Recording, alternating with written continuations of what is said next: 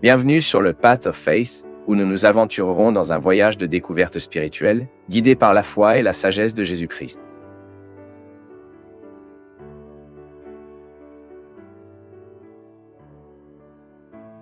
Et même si nous nous mettons en colère, que nous soyons contrariés, et est-il naturel qu'il soit ainsi?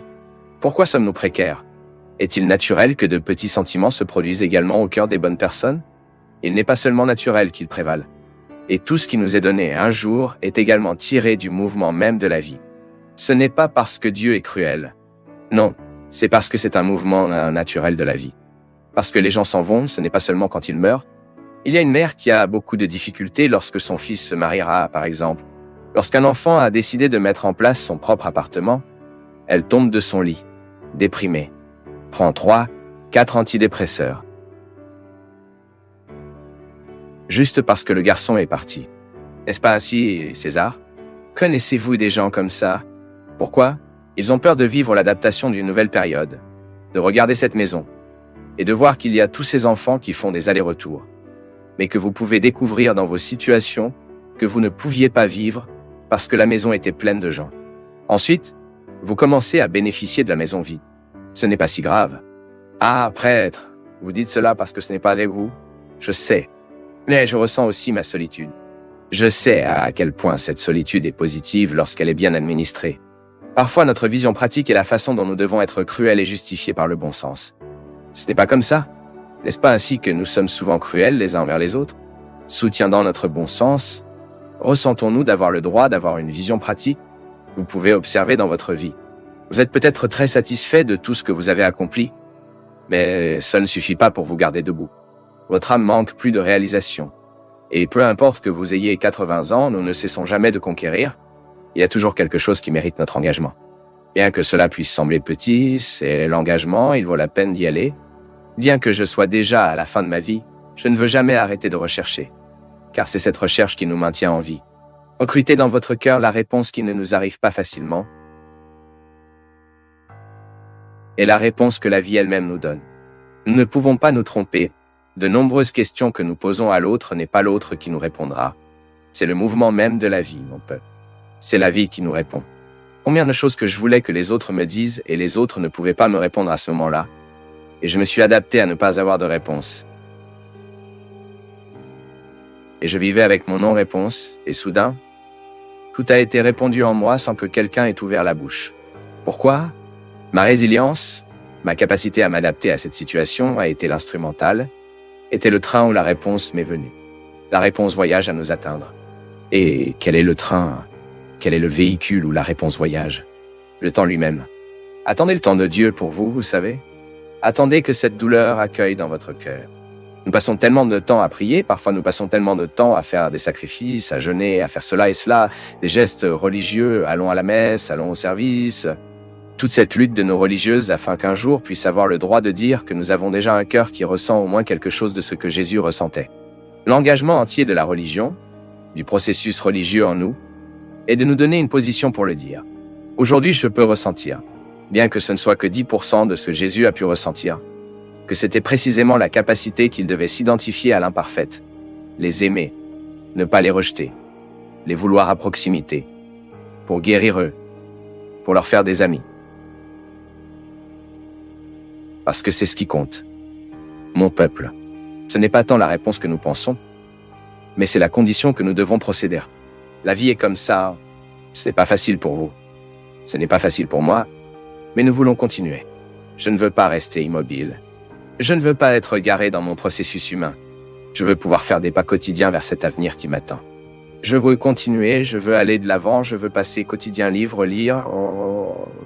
J'en veux un autre. Ce qui nous émoure, c'est le Ghana, bien administré, bien sûr. Si vous n'avez pas vu la cupidité, Ghana, désir d'aller au-delà. Et quel est le désir? Est-ce la satisfaction? Non, ce n'est pas le cas. Le désir n'est pas la satisfaction. Le désir est l'absence. Ce qui m'émoule n'est pas ce que j'ai. Ce qui m'émoule, c'est ce que je n'ai pas. Et c'est fantastique. Ce qui nous émet en tant que gens n'est pas ce que nous avons déjà accompli. C'est ce que nous n'avons pas encore à bouger. Et quand je parle de prière, mon peuple comprend de manière plus large, de la prière la plus traditionnelle à cette satisfaction. Votre cœur sait soudain que vous êtes connecté à Dieu, que Dieu fait partie de votre histoire, que vous reconnaissez présente sur votre chemin, dans votre histoire. Tout cela prie. La vie peut être une prière. Tant que vous sortez la journée et que vous êtes prêt à bien vivre, à faire les gens que vous trouverez, sauf un poids pour un autre, aider le monde à être meilleur, tout cela est de prier. Ensuite, vous voyez, notre prière a également 2 dimensions. Cette révérence pour Dieu, je reconnais Dieu comme mon Sauveur, mon Seigneur, puis je vous fais des éloges de l'adoration, mais quand je me retrouve avec les gens, je dois aussi me rappeler que les éloges qui plaisent Dieu est l'amour que j'aime. C'est le pardon que j'accorde, l'étreinte que je fais. Ce n'est pas comme ça. Ce n'est pas ce problème que nous faisons des erreurs les uns avec les autres. Parfois, nous faisons une erreur. Mais c'est tellement noble pour nous de reconnaître. Écoutez, je suis désolé, pardonne-moi. C'est prier. Et si vous louez Dieu, Jésus n'a-t-il pas dit, avant de présenter l'offre, allez-y et réconciliez avec votre frère, avec votre ami que vous vous battez un peu, avec celui que vous ne parlez plus si longtemps, avec celui que vous avez gardé la rancune, la haine, le ressentiment. Parce que la vie nous offrira toujours ces 2 piliers. C'est la transcendance et l'immanence de Dieu. Je peux lever les bras au ciel, louer Dieu, mais j'ai besoin de savoir que mes pieds restent coincés à cet étage. La croix a la dimension verticale, mais elle a également la dimension horizontale. Si vous regardez l'endroit où Jésus a été crucifié, vous avez la foi en l'homme, la foi en Dieu. Un trait nous pointe vers le paradis, où nous permettons à notre cœur de toujours aller, qu'il transcende, qu'il sort, de voler loin, de chercher l'éternité. Mais, d'autre part, il y a un autre AVC qui nous gardait à l'horizon de l'histoire. La croix est cette métaphore. Entre Dieu et l'humanité, il y a un point d'unité, et cette foi bien pratiquée, cela nous mettra toujours dans cette dynamique. L'amour que j'ai pour Dieu se manifeste dans mon histoire. C'est la grande question que Saint James pose dans la lettre, non? Est-ce la foi? Où ça marche? Et que depuis longtemps a divisé les protestants catholiques, les protestants croyant que la foi suffit à sauver, et d'autres disent qu'il doit avoir les œuvres. Et il y a James, proposant les 2 chemins d'une manière équilibrée. Ma foi doit se manifester dans des œuvres très concrètes, car sinon elle devient morte. J'ai beaucoup admiré, par exemple, en cette période de tragédie, j'ai admiré beaucoup d'évangéliques que j'ai vus sur Internet, créant des campagnes de solidarité avec ceux qui souffrent dans les montagnes. Parce que, au fil du temps, nous risquons d'oublier que la souffrance est toujours là à Thérésopolis. Et j'ai vu les évangéliques là-bas, les gens du trône, Anna Paula Valadao faisant sa campagne, d'autres évangéliques, certains pasteurs que je vois sur Twitter. Et je me demandais, regardez à quel point, non? Le processus historique. Ils vivent aujourd'hui l'équilibre de la proposition de James. Foi et nous croyons en Dieu. Et le Dieu que je crois m'amène à tendre la main. Mon peuple, la foi de cette belle dimension de la vie doit se dérouler. Coupée de la crossa. Quand je vous bénis ici, parlant ministériel, je vous mets sur cette voie. Soyez en Dieu, mais n'oubliez pas de vivre l'histoire, que votre religion n'est pas aliénée, et que votre histoire ne vous fait pas oublier la transcendance. Ne réduisez pas Dieu en sociologie. Amenez Dieu à la sociologie. Et découvrez que la sociologie qui propose la solidarité est née en Jésus. C'est ce dont on a besoin. Assez de pratiquer une foi, cela nous déséquilibre. Nous avons besoin de personnes équilibrées. Vous savez que de plus en plus je me convainc, le grand témoignage que nous pouvons donner à ceux qui ne croient pas est notre équilibre. Nous devons montrer avec nos vies que nous sommes des hommes et des femmes de réflexion, que nous sommes des hommes et des femmes de bon sens, et que la religion a bien fait dans nos cœurs. Nous sommes fous de Dieu. Mais ici, nous maintenons un équilibre entre la santé mentale.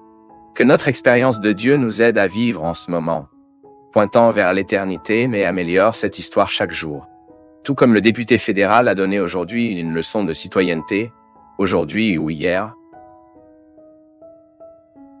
Je ne sais pas.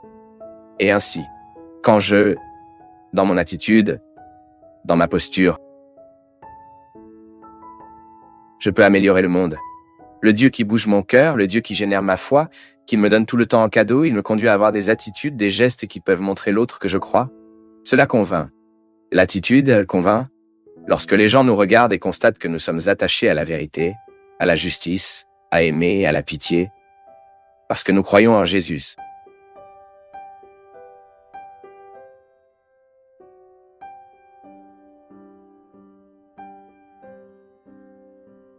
Plus compétent que nous prenons soin de ce que nous ne savons pas comment prendre soin seul. C'est Dieu, beaucoup plus compétent que nous. Parce que lui seul sait ce qui peut vraiment rendre notre cœur heureux. Vous vous souvenez peut-être, vous avez peut-être écouté tant de fois l'histoire des moutons perdus. Lorsque Jésus compare l'amour que le pasteur a pour les moutons, il cherchera les moutons qui sont perdus, il ne la laisse pas oublier. Il garde de manière responsable. Ah, bon, cela peut sembler irresponsable, mais bien sûr, il a pris soin de ceux qui étaient là. Ils étaient déjà au bon endroit, et il est parti à la recherche de celui qui était au mauvais endroit. Dans cette parabole, nous pouvons découvrir la beauté d'un Dieu qui sort pour chercher ce qui est perdu. Il est naturel d'aimer aller pour obtenir ce qui est perdu. Et Jésus nous enseigne que Dieu agit comme ça. Le pasteur s'occupe des moutons qui sont là, et réalisant que l'on manque, il garde le 99 et cherchera ce qui est perdu. Toujours dans les paraboles de la miséricorde, nous trouvons l'histoire du fils prodigue, de ce garçon qui a décidé de demander l'héritage et de partir, et après avoir vécu le temps loin de son père, après avoir passé tout l'héritage, il découvre à ce moment d'absence de souffrance, que nous savons que la souffrance nous révèle beaucoup de choses importantes. À ce moment de douleur et de souffrance, de solitude, il a constaté que sa place n'était pas ça. Il était indigné par ce qu'il vivait. Il avait peur de ce qu'il avait choisi. Et que fait-il? Il s'encourage à récupérer la réconciliation avec son père et à demander pardon. En fait, à ce moment-là, que le garçon trouve qu'il est au mauvais endroit, qu'il devrait être dans la maison de son père, son cœur illumine d'une très belle manière de se rendre compte que lorsque nous vivons une situation d'erreur, il est intéressant de savoir comment donner l'étape pour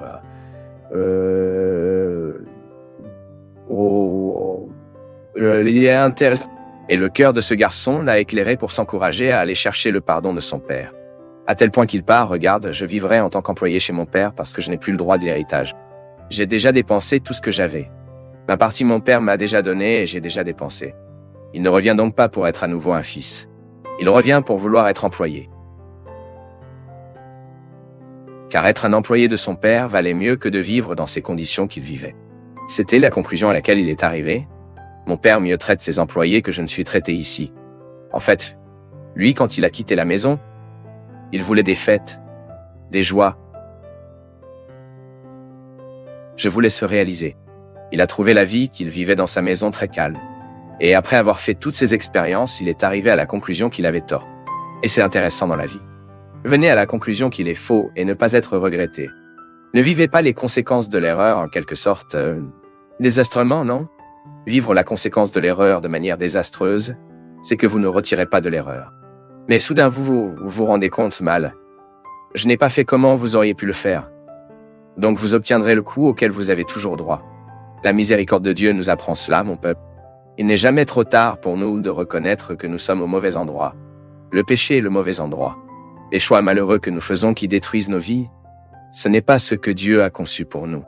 Mais alors nous devons avoir le courage de croire que le Dieu qui nous attend est là pour nous traiter comme des enfants, pas comme des employés. Et c'était la grande transformation qui s'est produite dans le cœur du garçon. Imaginez qu'il rentre chez lui désireux de rencontrer une place dans la ferme de son père, mais d'être un employé. Car il ne méritait pas d'être réintégré à sa famille, d'être traité comme un fils, car il ne voulait plus lui-même. Il y avait une logique dans cette histoire, non? Est-ce juste combien de fois nous perdons la foi en Dieu parce que Dieu n'a pas fait le miracle comme nous le voulions? Mais méfiez-vous, parfois le vrai miracle que vous n'avez pas encore vu. Le vrai miracle n'était pas la guérison de cette personne. J'ai toujours ceci par rapport au Père Léo. Père Léo, nous prions tous pour la guérison de Léo. Qui n'a pas prié pour la guérison de Léo? Nous prions tous. Nous pourrions nous dépêcher. La guérison de Léo ne s'est pas produite. Cela ne s'est pas produit comme nous l'avons demandé. Es-tu d'accord avec moi? Il n'a pas vécu, il n'a pas survécu au cancer. Mais ce qui s'est passé au cœur de Léo pendant le processus d'Esa maladie?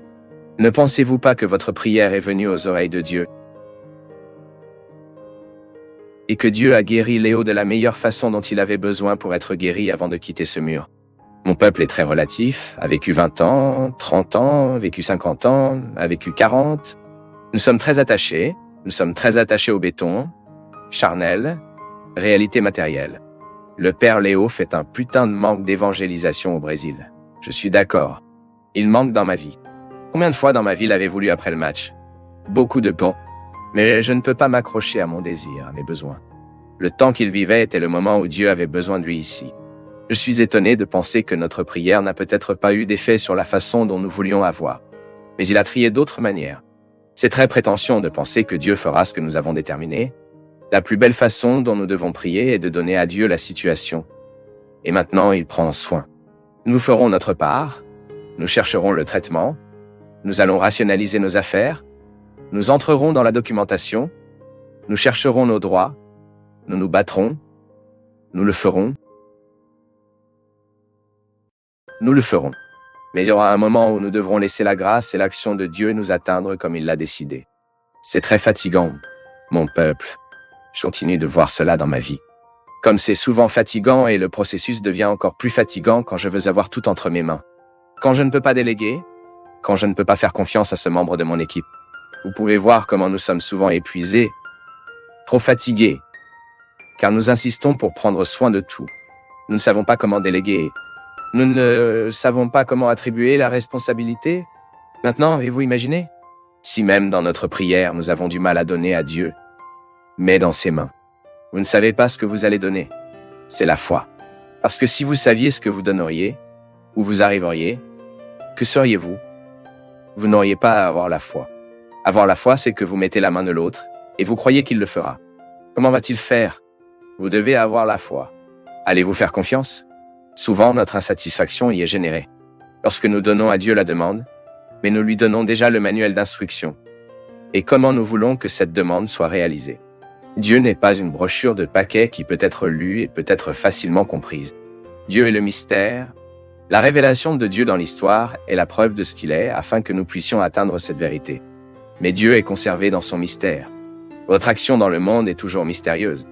Ici et maintenant, en ce moment dans votre cœur, quelque chose peut se produire. Un miracle peut-il être exécuté maintenant? Pourquoi avez-vous décidé de laisser Dieu agir? Pouvez-vous être trop nerveux, trop inquiet de ce qui sera? Que se passera-t-il? Ou vous gaspillez peut-être de nombreuses énergies? Pouvez-vous prier pour une personne et vous êtes terrifié parce que cette personne peut mourir à tout moment? Pourriez-vous avoir peur de le perdre? Confiance! Dieu est à vos côtés. Ne vous sentez pas juste en ce moment. Le pire sentiment que nous pouvons avoir dans la vie est la solitude, mon peuple. Et Dieu brise cette souffrance, ce sentiment. Est-ce la foi? C'est l'occasion que nous devons donner à Dieu le droit de commander nos vies, de nous aider dans ce processus de passage à niveau,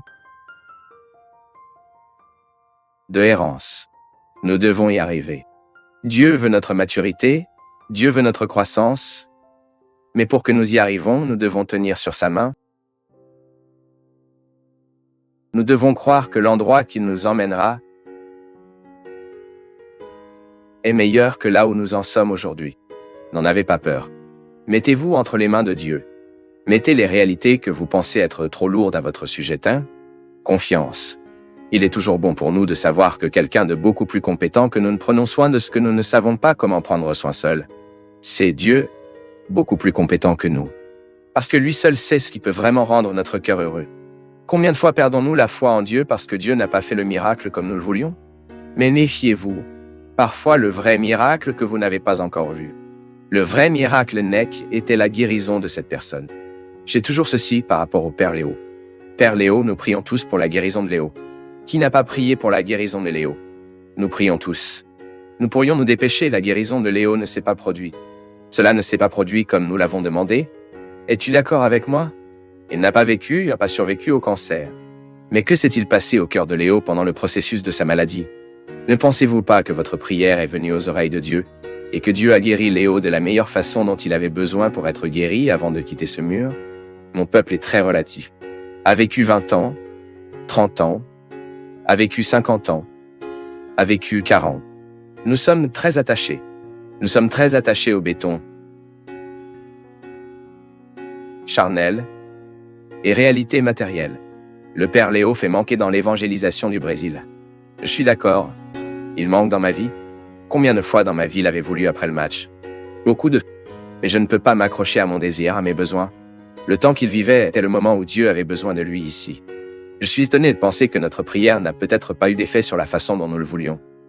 Mais cela avait d'autres manières. Est-ce très prétention de penser que Dieu fera ce que nous avons déterminé? La plus belle façon dont nous devons prier est de donner à Dieu la situation et maintenant il prend soin. Nous ferons notre part, nous chercherons un traitement, nous allons rationaliser notre cause, nous entrerons dans la documentation, nous chercherons nos droits, nous nous battrons, nous le ferons, mais il y aura un moment où nous aurons besoin de laisser la grâce et l'action de Dieu nous atteindre comme il décidait. C'est très fatigant, mon peuple. Je continue, mon peuple. Maintenant, vous avez imaginé, si même dans notre prière, nous avons du mal à donner à Dieu, mais dans ses mains. Vous ne savez pas ce que vous allez donner. C'est la foi. Parce que si vous saviez ce que vous donneriez, où vous arriveriez, que seriez-vous? Vous n'auriez pas à avoir la foi. Avoir la foi, c'est que vous mettez la main de l'autre et vous croyez qu'il le fera. Comment va-t-il faire? Vous devez avoir la foi. Allez-vous faire confiance? Souvent, notre insatisfaction y est générée. Lorsque nous donnons à Dieu la demande, mais nous lui donnons déjà le manuel d'instruction, et comment nous voulons que cette demande soit réalisée. Dieu n'est pas une brochure de paquets qui peut être lue, et peut être facilement comprise. Dieu est le mystère. La révélation de Dieu dans l'histoire est la preuve de ce qu'il est, afin que nous puissions atteindre cette vérité. Mais Dieu est préservé dans ton mystère. Votre action dans le monde est toujours mystérieuse. Ici et maintenant, en ce moment dans votre cœur, quelque chose peut se produire. Un miracle peut-il être exécuté maintenant? Pourquoi avez-vous décidé de laisser Dieu agir? Pouvez-vous être trop nerveux, trop inquiet de ce qui sera? Que se passera-t-il? Pouvez-vous gaspiller beaucoup d'énergie? Pouvez-vous prier pour une personne et vous êtes terrifié parce que cette personne peut mourir à tout moment? Pourriez-vous avoir peur de le perdre? Confiance.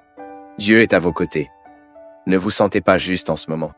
Le pire sentiment que nous pouvons avoir dans la vie est la solitude, mon peuple, et Dieu brise cette souffrance. Ce sentiment, est-ce la foi? C'est l'occasion que nous devons donner à Dieu le droit de commander nos vies, de nous aider dans ce processus de passage à niveau, de errance. Nous devons y arriver. Dieu veut notre maturité. Dieu veut notre croissance. N'en avez pas peur. Mettez-vous entre les mains de Dieu. Mettez les réalités que vous pensez être trop lourdes à votre sujet. Confiance. C'est toujours bon pour nous de savoir que quelqu'un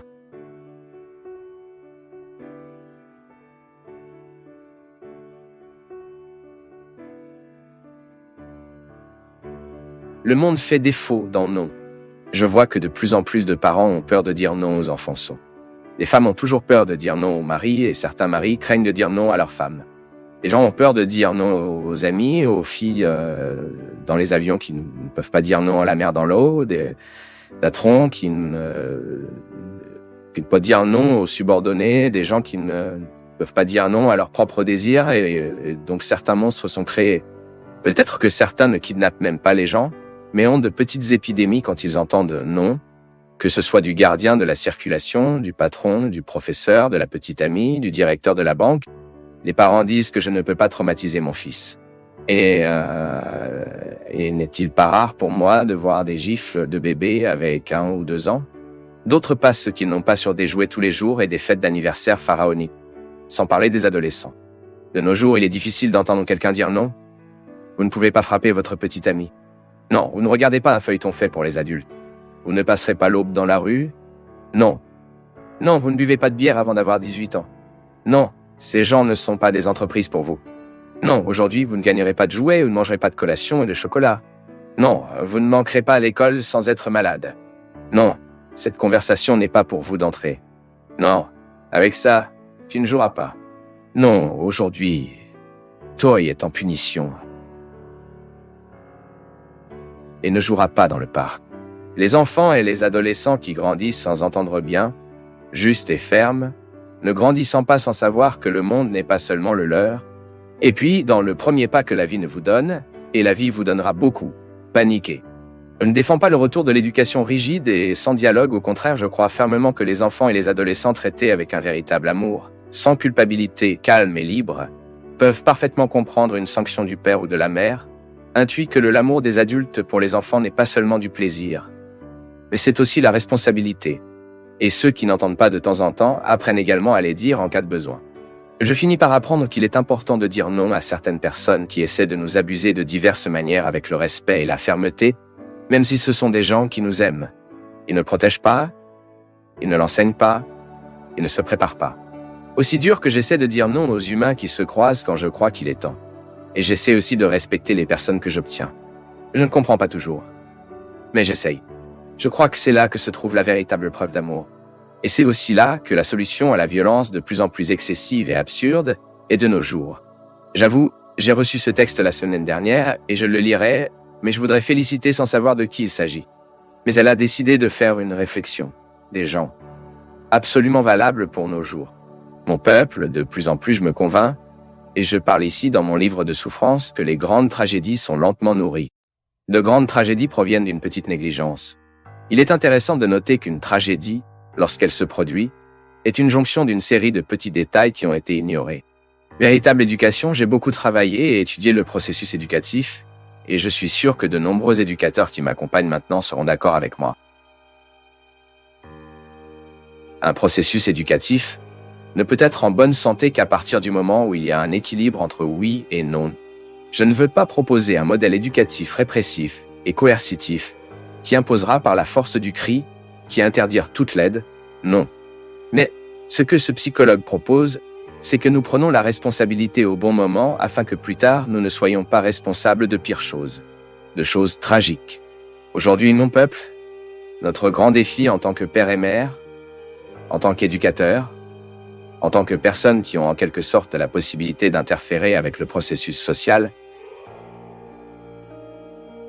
et que nous éduquons les gens à la limite, à la situation que nous aurons tous à quoi faire face, où la vie nous offrira un non. Nous ne pouvons pas trouver une personne qui a été heureuse et qui a été remplie, qui n'a trouvé que oui à vie. Tout à fait le contraire. Soit dit en passant, je crois qu'une personne devient intéressante, car elle est capable de surmonter les adversités qu'il trouve. Personne n'est né prêt. Nous n'avons pas la possibilité d'avoir une vie prête, un monde ordonné, si les gens ne visent pas l'expérience de la production. Et un enfant est une entreprise qui a besoin d'être sculptée tout le temps comme s'il s'agissait d'une sculpture. De cette forme humaine.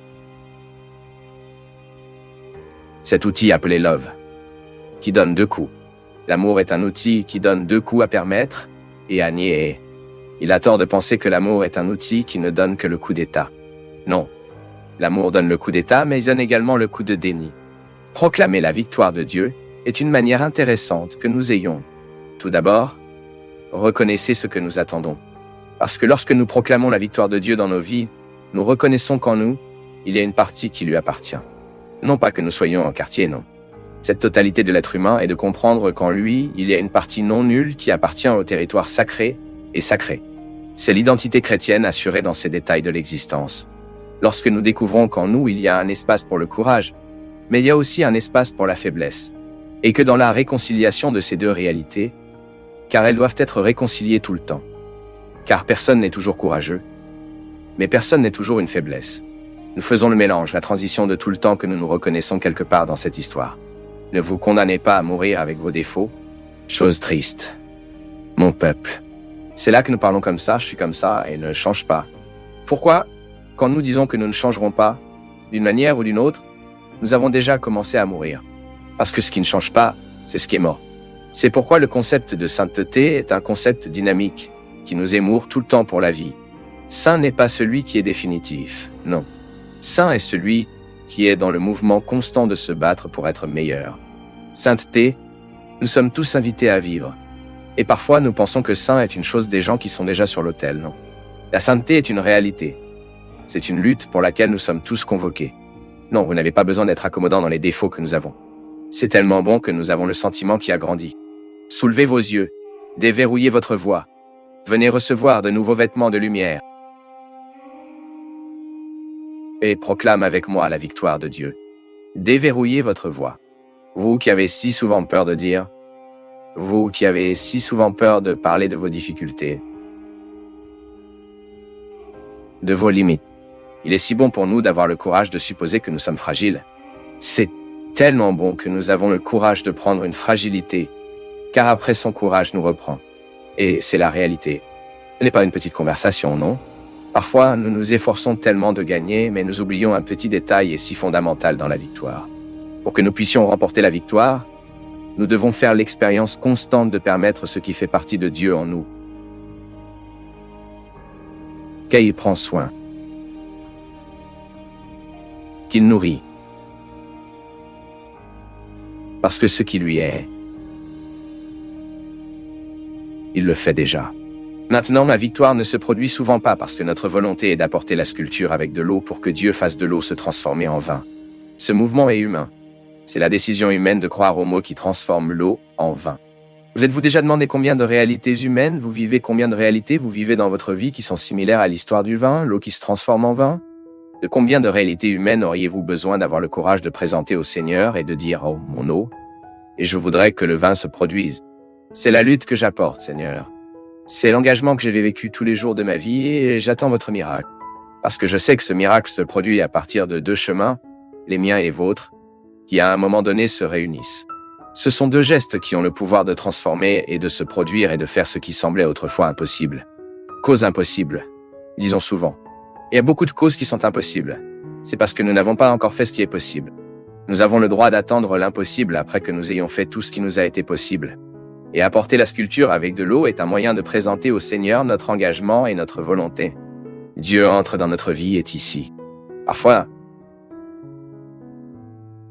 nous disons souvent que celui qui convertit est le cœur, mais soyons concrets aujourd'hui. Dieu se met dans votre tête, vous savez pourquoi? Le cœur n'est qu'une métaphore de ce que le cerveau a déjà décidé.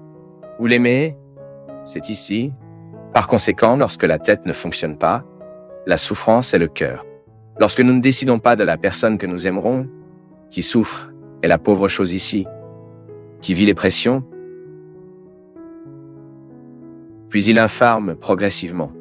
Et ainsi, Dieu arrive dans notre tête. C'est pourquoi les Grecs avaient une expression très intéressante, qui appartient au contexte de la philosophie.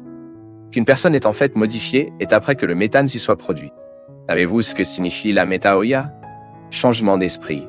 Ceux qui avant se tournaient vers le maintenant, tournent vers la gauche. C'est la conversion. Notre raisonnement a réussi à englober certaines réalités avant qu'elles ne comprennent pas. Ensuite, nous pensons plus largement. Et parfois les choses se passent mal dans nos vies. C'est parce que vous manquez vraiment de vision. Nous devons encore penser différemment. Parce que Dieu arrive dans nos vies quand nous pensons. Dieu se produit dans nos vies lorsque nous agissons pour le bon sens. Ou quand nous commençons à vivre plus réfléchis. Ensuite, nous commençons à ouvrir les horizons à ce qui semblait si proche. Ensuite, nous avons commencé à éclairer les éclairages dans des endroits qui étaient autrefois si sombres. Et c'est ce que nous voulons faire.